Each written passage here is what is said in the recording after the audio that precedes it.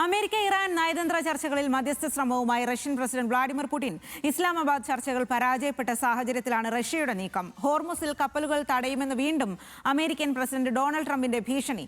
ഇറാന് toll നൽകുന്ന രാജ്യങ്ങളുടെ കപ്പലുകൾ തടയുമെന്നാണ് ഭീഷണി.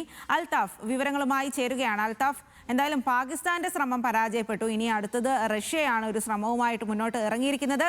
റഷ്യയുടെ ശ്രമം എങ്ങനെയാകും? അത് വിജയകരമാകുമോ? ഇപ്പോൾ ട്രംപിന്റെ തീരുമാനങ്ങളൊക്കെ ഏത് രീതിയിലാണ്?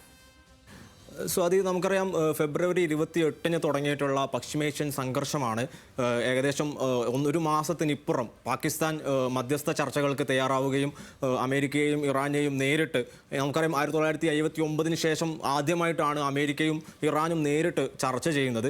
ആ ഒരു ഘട്ടത്തിലേക്ക് വരെ യുദ്ധം അല്ലെങ്കിൽ പശ്ചിമേഷ്യയിലെ സംഘർഷം എത്തിയപ്പോൾ ലോകമാസകലം ഇവിടെ സംഘർഷം അവസാനിക്കും അല്ലെങ്കിൽ യുദ്ധം അവസാനിക്കും എന്നുള്ള ഒരു ശുഭപ്രതീക്ഷയിൽ തന്നെയായിരുന്നു.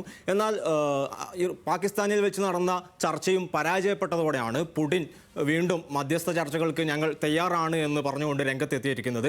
എന്നാൽ ട്രംപ് ഇപ്പോഴും ഹോർമുസ് കടലിടുക്കിൽ അടക്കം ഉപരോധം തുടരുമെന്നും അല്ലെങ്കിൽ ഹോർമുസ് കടലിടുക്കിലെ നിയന്ത്രണം ഞങ്ങൾ ഏറ്റെടുക്കും എന്നുള്ള തരത്തിലാണ് ഇപ്പോൾ പ്രതികരിച്ചിട്ടുള്ളത്.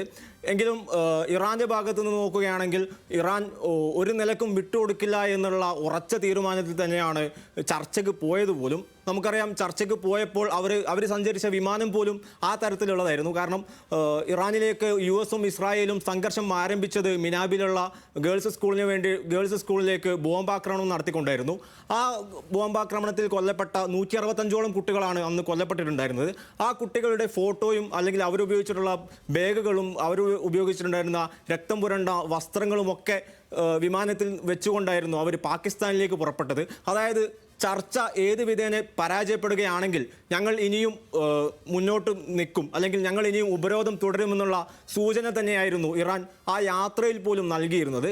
അതേപോലെ തന്നെ ഈ ചർച്ചയിലും അമേരിക്ക അവർക്ക് അനുകൂലമല്ലാത്ത, ഇറാൻ അനുകൂലമല്ലാത്ത കർശനമായിട്ടുള്ള നിർദ്ദേശങ്ങൾ മുന്നോട്ട് വെച്ചതോടെ, അതായത് ആണവായുധ നിർമ്മാണത്തിൽ അല്ലെങ്കിൽ ആണവായുധ നിർമ്മാണത്തിൽ നിന്നും ഇറാൻ പിന്തിരിയണമെന്ന അടക്കമുള്ള ചർച്ചകൾ അല്ലെങ്കിൽ ആവശ്യങ്ങൾ അമേരിക്ക മുന്നോട്ട് വെച്ചതോടെ ഇറാൻ ചർച്ചയിൽ നിന്ന് പോലും പിന്തിരിയുകയായിരുന്നു. ഇനിയിപ്പോൾ പുടിൻ മധ്യസ്ഥ ചർച്ചയുമായിട്ട് രംഗത്ത് വരികയാണെങ്കിലും ട്രംപിൻ്റെയും അതേപോലെ തന്നെ ഇസ്രായേലിൻ്റെയും ഒക്കെ തീരുമാനങ്ങൾ എന്താകുമെന്നൊക്കെ നമ്മൾ കാത്തിരുന്ന് കാണേണ്ടതാണ്.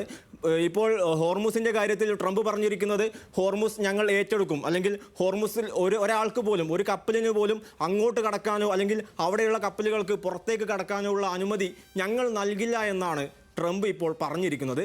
നേരത്തെയും ട്രംപ് പല സമയങ്ങളിലായിട്ട് ഹോർമുസ് കടലിടുക്ക് ഏറ്റെടുക്കുമെന്നും ഹോർമുസിൽ ഞാനും പുതിയ ഖമേനിയും ഒരുമിച്ച് ഭരിക്കുമെന്ന് പോലും ട്രംപ് ഒരു സമയത്ത് പറഞ്ഞിട്ടുണ്ടായിരുന്നു.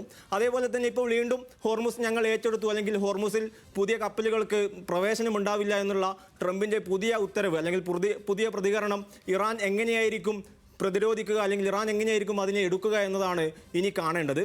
അപ്പോഴും നമ്മൾ കാണേണ്ടത് എന്താണെന്ന് വെച്ചാൽ ഇറാനിലേക്കുള്ള വെടിനിർത്തൽ, ട്രംപ് ബുധനാഴ്ച പ്രഖ്യാപിച്ച വെടിനിർത്തൽ ഇനി എന്താകും, ആ ഒരു തീരുമാനം ഇനി എന്താകും എന്ന കാര്യത്തിൽ അനിശ്ചിതത്വം തുടരുകയാണ്. അപ്പോഴും ലബനനിലേക്ക് ഇസ്രായേൽ US ആക്രമണം തുടരുന്നുമുണ്ട്. ലബനനിൽ ബെയ്റൂത്തിൽ ഇന്ന് ഇവർ 13ഓളം പേരാണ് കൊല്ലപ്പെട്ടിട്ടുള്ളത്. അപ്പോൾ ഇനി എന്താകും പശ്ചിമേഷ്യൻ സംഘർഷത്തിൻ്റെ അടുത്ത ഘട്ടം എന്നുള്ള കാര്യത്തിൽ ലോകം മൊത്തം ഉറ്റുനോക്കുകയാണ്. സ്വാതി. ശരി അൽതാഫ്, അത് തന്നെയാണ്, ലോകം മുഴുവനും ഉറ്റുനോക്കുകയാണ്. ഇനി എന്താകും ഇക്കാര്യത്തിൽ ഉണ്ടാകുക എന്നുള്ളത്. വെടിനിർത്തൽ ഉണ്ടായതോടുകൂടി വലിയ തരത്തിൽ ആശ്വാസകരമായിരുന്നു. എന്നാൽ ഈ കാര്യങ്ങളിലൊന്നും ഒരു സമാധാനപരമായ അന്ത്യമുണ്ടാകുന്നില്ല, തീരുമാനമുണ്ടാകുന്നില്ല എന്നുള്ളത് ആശങ്കപ്പെടുത്തുന്ന സാഹചര്യം തന്നെയാണ്. അൽതാഫ്.